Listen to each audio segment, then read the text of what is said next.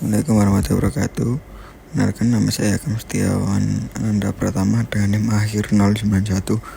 Di sini akan saya menjelaskan tentang infrastruktur jaringan. Mari kita mulai dengan definisi struktur jaringan.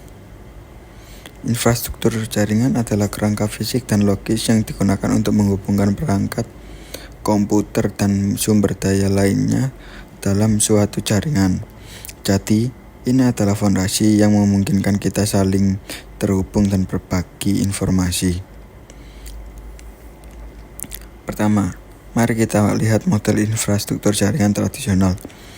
Model ini menggunakan pendekatan berbasis kabel dan perangkat keras terpusat. Jadi, kita memiliki server pusat yang mengontrol dan mengelola komunikasi data antara perangkat akhir. Ini adalah model umum yang digunakan di banyak organisasi. Seiring perkembangan teknologi, model infrastruktur jaringan juga mengalami perubahan. Infrastruktur jaringan terdistribusi adalah salah satunya. Dalam model ini, kita menggunakan pendekatan yang lebih terdistribusi dan memiliki server yang didistribusikan di berbagai lokasi geografis. Hal ini memungkinkan akses cepat dan redundansi yang lebih baik dalam jaringan. Selain itu, ada model infrastruktur jaringan cloud.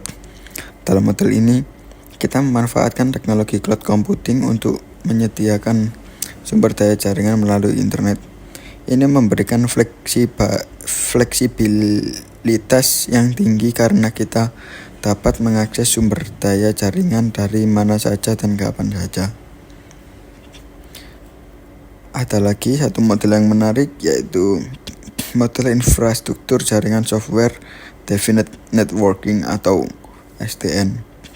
Dalam model ini, kontrol jaringan terpusat dan terpisah dari perangkat keras jaringan. Ini memungkinkan fleksibilitas, skalabilitas, dan manajemen jaringan yang lebih baik melalui perangkat lunak yang cerdas. Adapun model infrastruktur jaringan edge computing. Dalam model ini, kita membawa komputasi dan pemrosesan data yang lebih dekat ke sumbernya.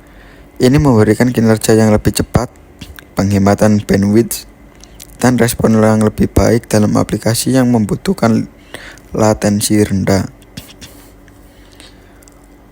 Tentunya, dengan perkembangan teknologi yang pesat, kita juga dihadapkan pada tantangan dan peluang di masa depan.